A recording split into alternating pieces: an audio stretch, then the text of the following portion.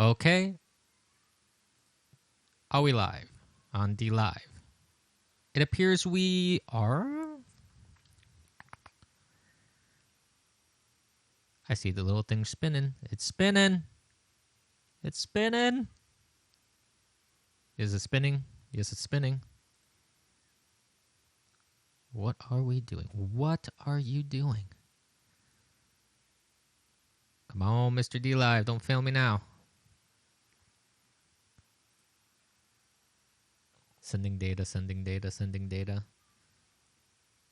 It should kick on any moment for anyone who wants to go on D Live. Either way, it should be up and running. Let me just reload the page.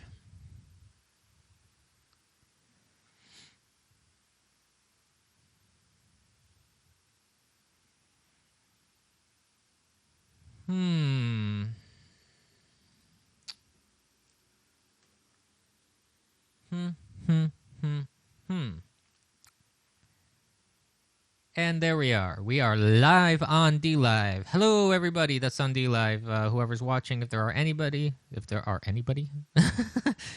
is anyone, let's speak proper English. We'll try and speak proper English. Like I said, I'm still finding a little bit of stuff, a little bit under the weather, trying to do what I can here. D Live is looking particularly weird with the giant logo. What's going on here? I don't know. D Live is always a little weird, but that's why we love it. Sort of. So the big topic today for those that have not been perusing Twitter as of late is there's controversy. Controversy is afoot.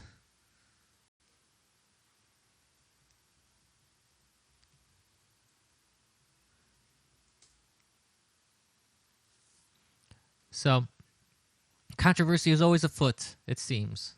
There's always something going on in the world. Let me bring up a screen. Because we're going to talk about one person in particular here that's caused such a tremendous stir. What could have possibly caused such a stir? Well, my friends, shield yourself.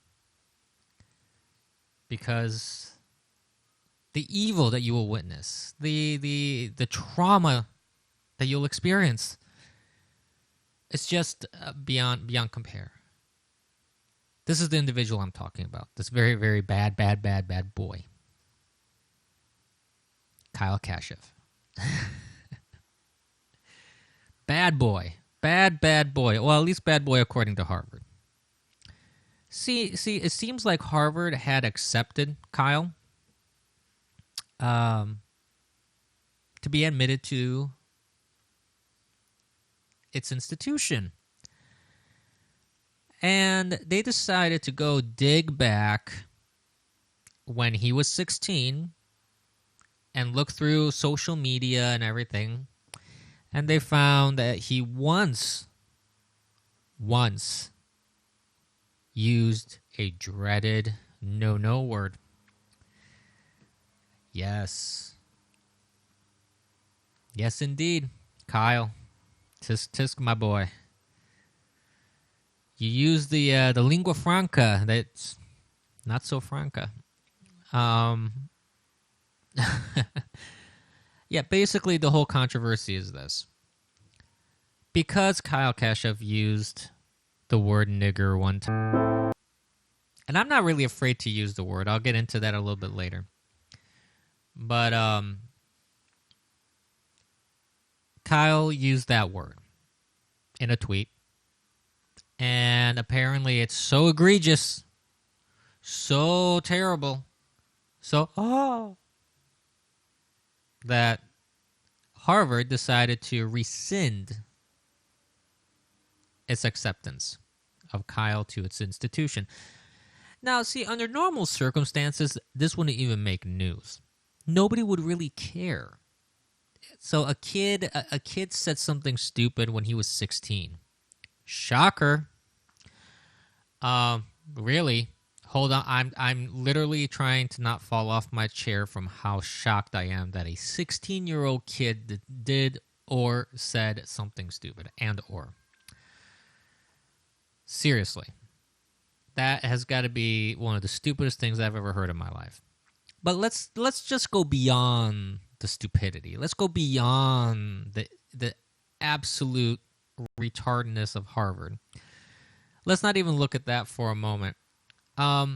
Let's look at the political landscape that has created this sort of ridiculous scenario. Under what circumstance does a university even care about a person's social media post?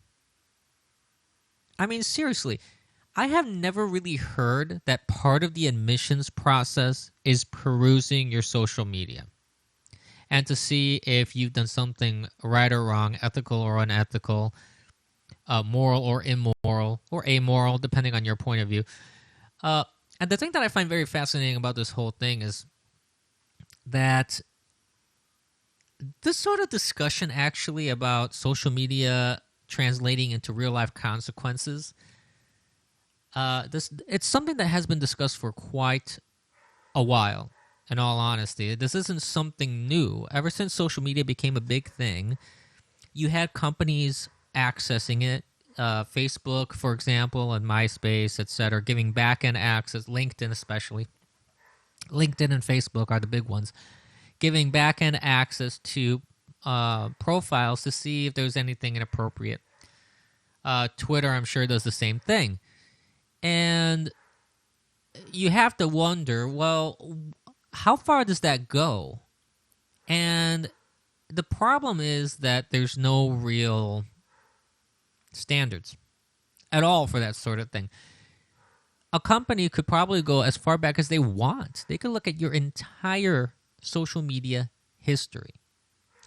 And especially in this day and age, it's a bit more dangerous than what it was back in the day when social media was still budding. And the reason is you have kids that are given social media pages as soon as they're born by their parents.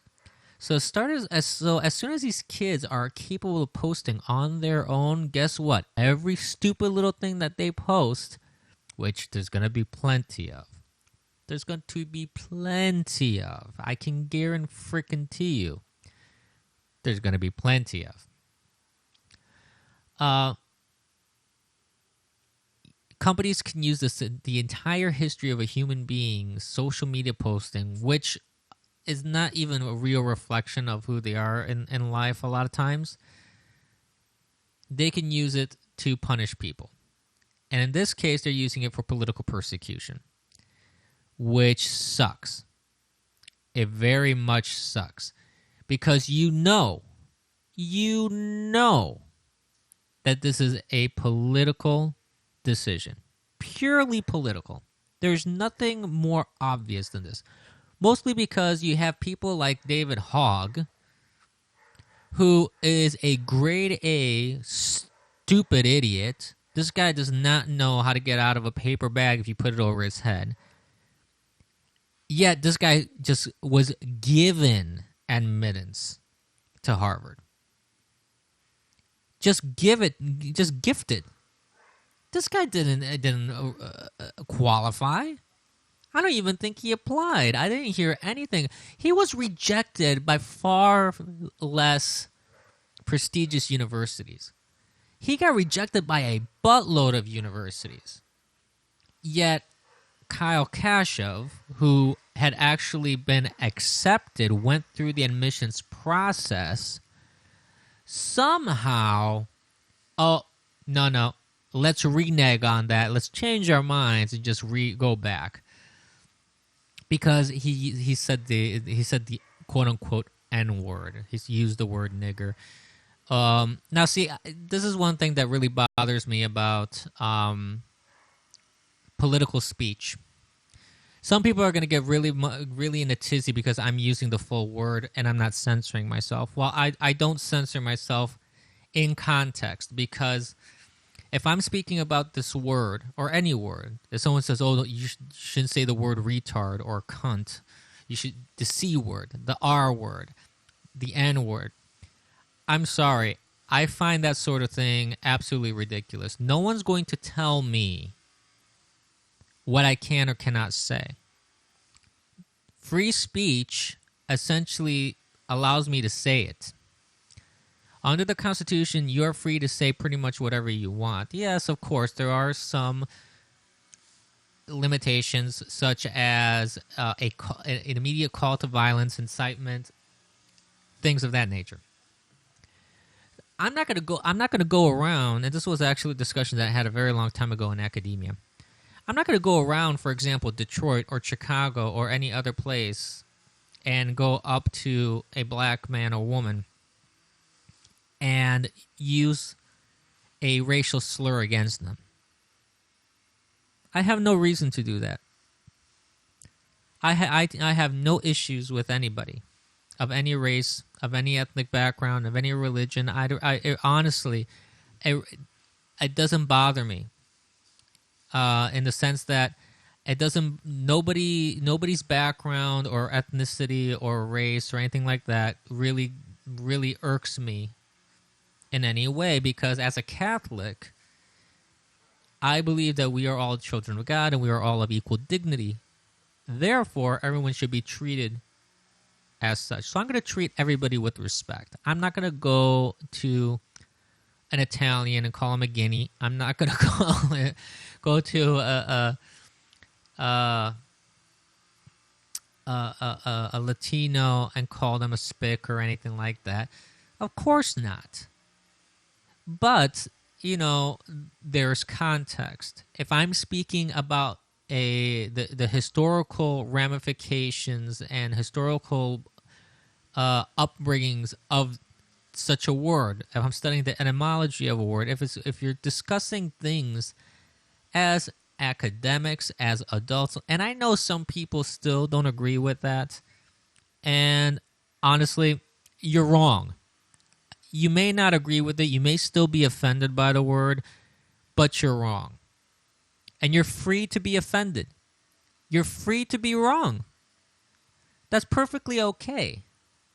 And this video, in the future may cause me some problems because people are going to take my words out of context. I'm pretty darn sure that if anybody wants to really hurt me, they'll probably use this video out of context. But the point is this. My intention is not to insult anybody at all. In fact, the reason why I am very much an advocate for free speech, even if using those kind of words, is because you have to know the intentions of the person behind those words.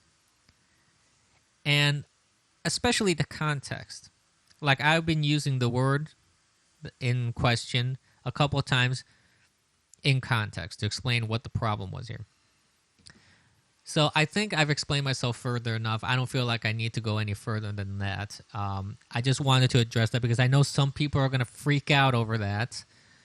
And I want to be clear that that's the reason why I use the word, and there's a context for me using the word. I don't just use it willy-nilly. I don't use it as another way of saying, hey, my brother, or anything like that, like you hear in certain circles. I don't do that. But if we're just going to talk in the abstract, in academics, in historical context, or even like if I was in a play and the script required me to say the word, there's context where you can say it, and it's not offensive because the context matters in those cases. But going back to Kyle, this is absolutely political persecution. This kid, there's no reason for Harvard to do this. And if Harvard had any spine, and if Harvard cared at all about the history of their institution, they would take a pause and go, wait a minute. we're doing something here that we really shouldn't be doing. This is a very, very dangerous precedent that we're setting. This is not something that we should be doing at all. We should not be judging the political beliefs of an individual for when they are being admitted. And I think this is a clear indication of discrimination. I even think that there's a good chance that Kyle could even sue them, bring them to court. I mean, Harvard has already done discrimination in their admission processes. They admitted to not letting Asians in because Asians were disproportionately outperforming other ethnic groups. So they made it a point to not let as many Asians into Harvard, even though they truly, full-fledgedly deserve to be enrolled. So, amazing. Absolutely amazing, So, let me, for a moment, switch this off here, because that's really what I wanted to talk about here. And again, this is purely political persecution. You have a racist governor like Governor Northam, who is still at his job. That just blows my mind. Absolutely blows my mind. I just can't even wrap my head around that one. This guy was in blackface or in the KKK robe or whatever, He never his story kept changing and flip-flopping, and he admitted to it. Then he said, "No, maybe that wasn't me. I don't remember this and that." And Harvard is going after like this kid, while this guy is a governor and he's still in that position. And you have also Ilhan Omar, who is an anti-Semite, who's racist, who's a homophobe. She's still in office. Tlaib, who's also completely anti-American, who's also racist and a homophobe, in office. You have female representatives that have said absolutely misandrous things, sexist things. If a man would have said what she would have said, certain women would have said, they would have been railed out of town as sexist, misogynistic pigs. Yet because these women happen to have vaginas on them, oh no, that's it's no biggie. And because they're Democrats, of course. Because the Democrats will never punish their own. And this is something that is a big problem. This is going to be a side tangent that actually I didn't really want to talk too much about this, but I am going to make a brief mention. Because I plan on doing a more thorough discussion about this topic. But to make a long story short, our legislature has basically this cancer that's been growing within. And that cancer is the Democratic Party. They are essentially a festering cancer. And I call the Democratic Party domestic terrorists because they act as domestic terrorists. They act, everything that they push for is antithetical to the Constitution, to life, liberty, and the pursuit of happiness. And they're actively going against amendments and rights. And I don't think this is an accidental thing in the sense that, they may not quite understand the difference between a right and a privilege, for example, or they're choosing to, or maybe they interpret something in one way and the Republicans interpret it in another. No. This is very deliberate.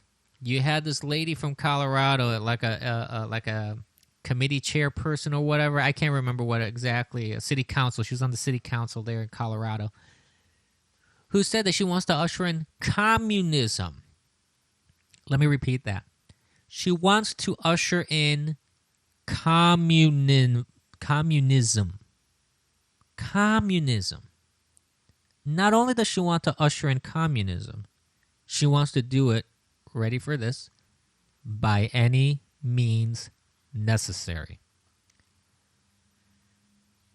Is that so, Miss Stalin? Is that so, Miss Lenin? Is that so, Miss Marcus? Are you insane in your membrane? Fine. That's fine. You pursue that little goal of yours, that little pipe dream that's never going to happen.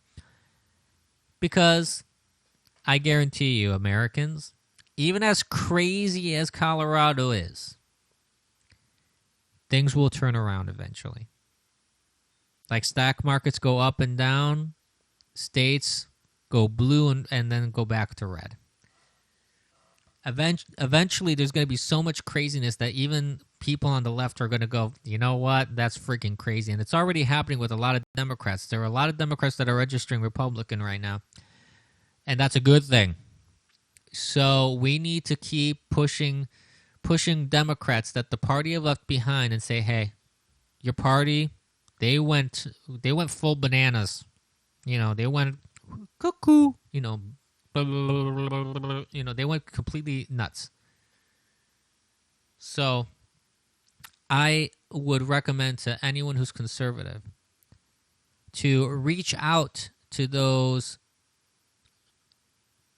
that are kind of in the center, independent. Reach out to those even that are liberal, that are more traditional Democrats. And just talk to them.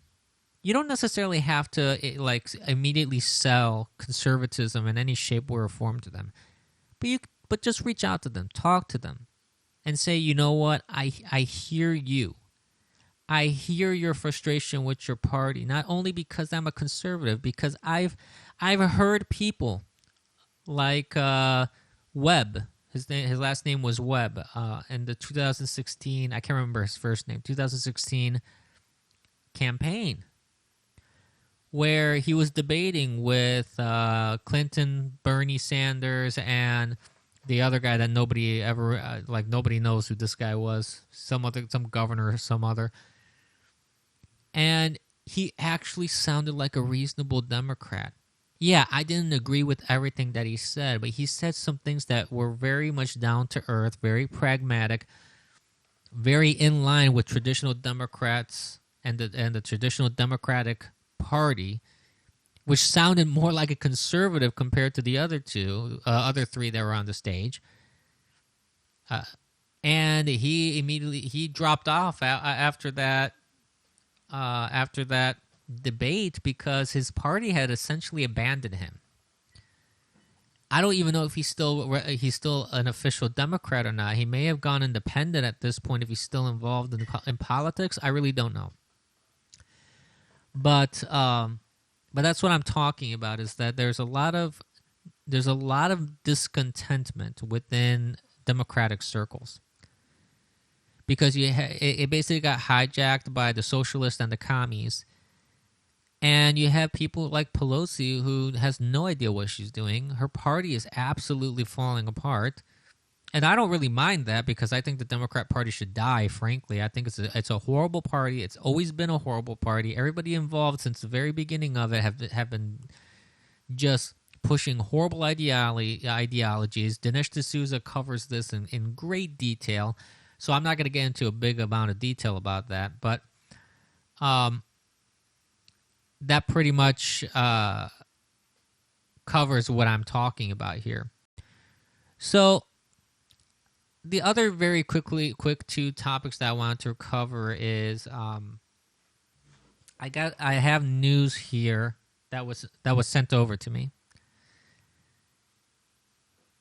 about let's see here.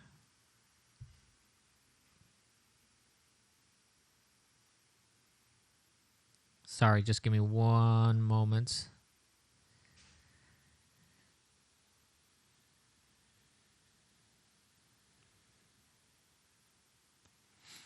Okay, so I have it on my phone here, so I can't really bring it up.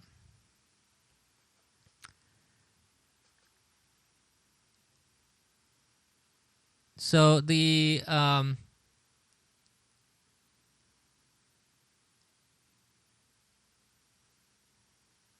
I want to try and get the details right, because I may get this wrong. But you have there's a theory about the flight MH370, the Malaysia flight. If I'm not mistaken, it's the Malaysian flight that disappeared. This is freaking disturbing news, frankly. So they think that this guy basically suicided himself and took the entire plane with him. And he did this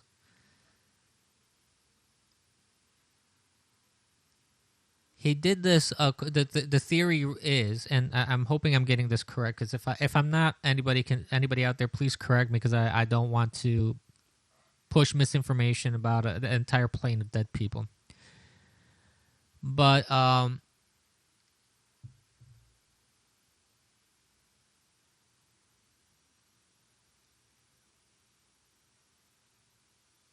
they think that he went up very, very high to deprive the cabin of oxygen, essentially. And the thing is, when you go up that high, yeah, the oxygen masks will drop down. But they only last for a little while for the passengers, maybe 15 minutes tops, if they even had enough time to put it on, because within 2 minutes of being oxygen deprived, they pretty much would pass out, is what the theory is. But the pilots have like extra tanks, like I think 4 tanks of oxygen in the cockpit. So that would mean that this pilot, what he did was climbed up to 40,000 feet, knocked everyone out. They essentially were unconscious and asphyxiated while he had a mask providing oxygen for him for hours upon hours. And then he flew around until he ran out of gas, and the plane then just went down, and it essentially turned into a pile of confetti by the time it hit the water, or when it hit the water. And this guy was a political activist, apparently, saying that democracy was dead. They say he was fighting depression.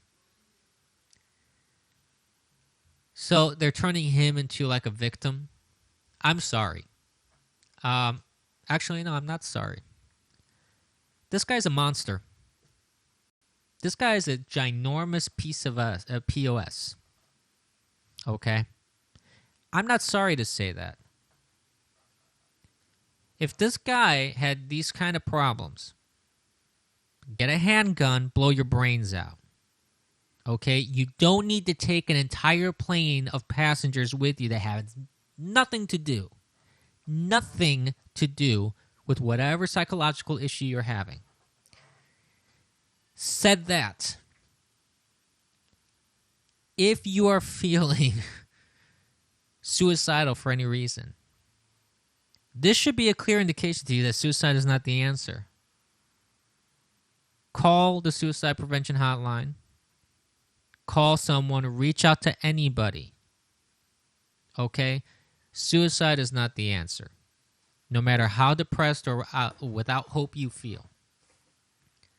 Life can seem incredibly hopeless sometimes. Incredibly hopeless sometimes.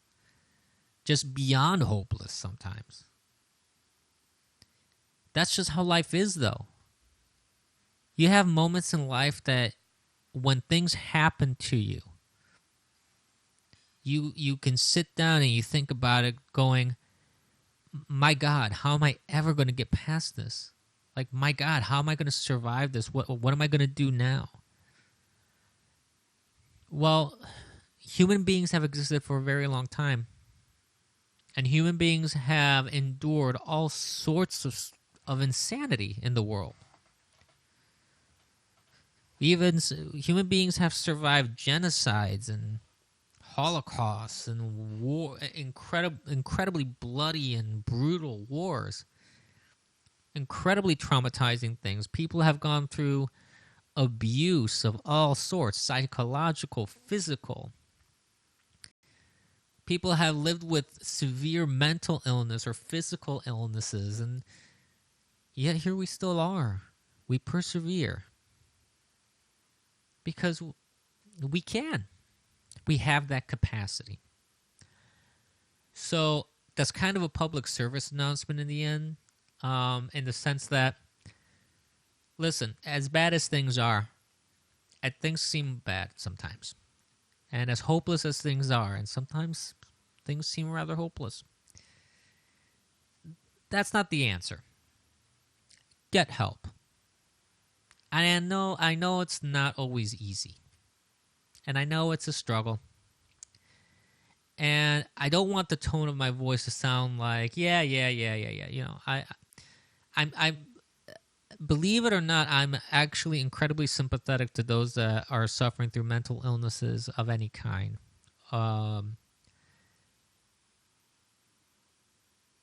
It's just that, it's just that in my own lifetime,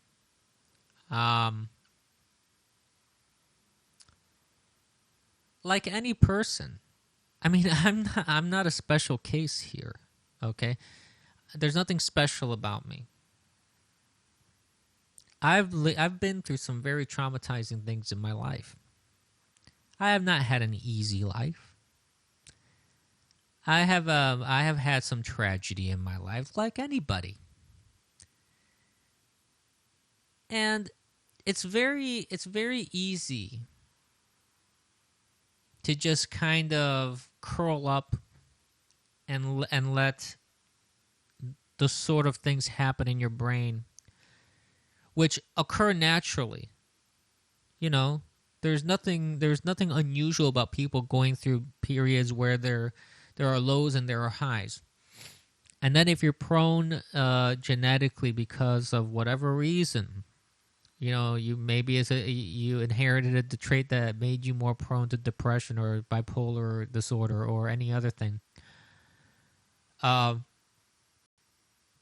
You know, that's something that you have to live with and you have to deal with. And there's a lot of medical research and doctors and medicines that they can probably help a little bit. I that's the only thing that I would suggest to folks is that give things a try. Don't just give up. It's very easy to give up, and it's very easy to push blame on others too. But long term, the rewards are worth it. And in the case of like this POS that decided that he was going to kill himself and take out a bunch of people with him, that just makes him a monster. And that just makes him a giant festering piece of feces, really, of slimy feces. You don't do that. There's no justification for that. I don't care how depressed a person is. I don't care how horrible he felt or how hopeless he was. He's no victim. And the media should stop portraying him as such because he is not. And that's my 2 cents when it comes to that. The last is also a little bit of a public service announcement. Apparently, if you have, check your cupboards. Check your cupboards. If you have Pillsbury Pillsbury flour, you may want to check to see if that falls within a batch that apparently has Ebola. If you cook the flour, that will kill, like if you make pizza or bread or whatever, or pasta, whatever, and you cook it, that will kill everything. But check your batch. If you have Pillsbury flour, you know, you may want to take a look at that and make sure that that's taken care of. You don't want to accidentally get yourself sick. There's that announcement today about Pillsbury flour. So be very weary about what's in your cupboard sometimes. You know, you never know what's lurking in there. Beyond that, I hope everybody is enjoying their summer thus far. I hope that the weather is treating you well and that even though it is a Monday, I hope that the rest of the week will treat you well. I hope that whatever I have is going to get away from me soon. The stupid little virus thing that I'm fighting is really annoying the hell out of me. And I don't know what's going on in the Bitwave chat here. It looks like everybody's ganging up on Spook. I don't know what is going on. I have no idea. Spooky Ting. Spooky Ting is another guy here. For the uninitiated, Spooky Ting is a person who is on Bitwave.tv, and I don't know what is going on. Everybody's like railing on the guy. Did I miss something good? It seems like I missed something good. I don't know.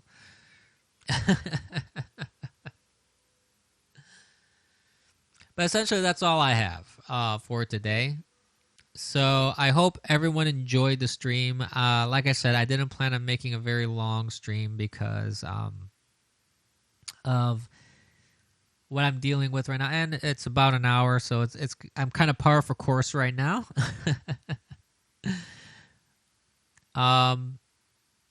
So let's roll out here with some more Charlie Puth. Good golly. Good golly, everybody. All right, kids. Have a good night. I hope everyone enjoyed it.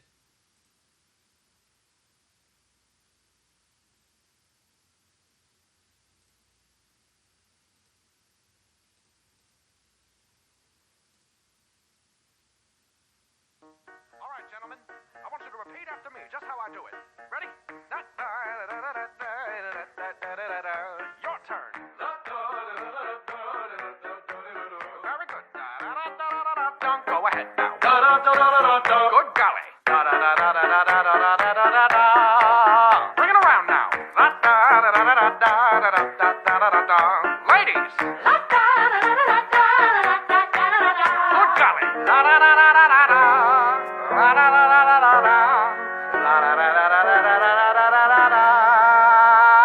Yeah. Ladies and gentlemen, may I present to you Mr. Charlie Puth on keys.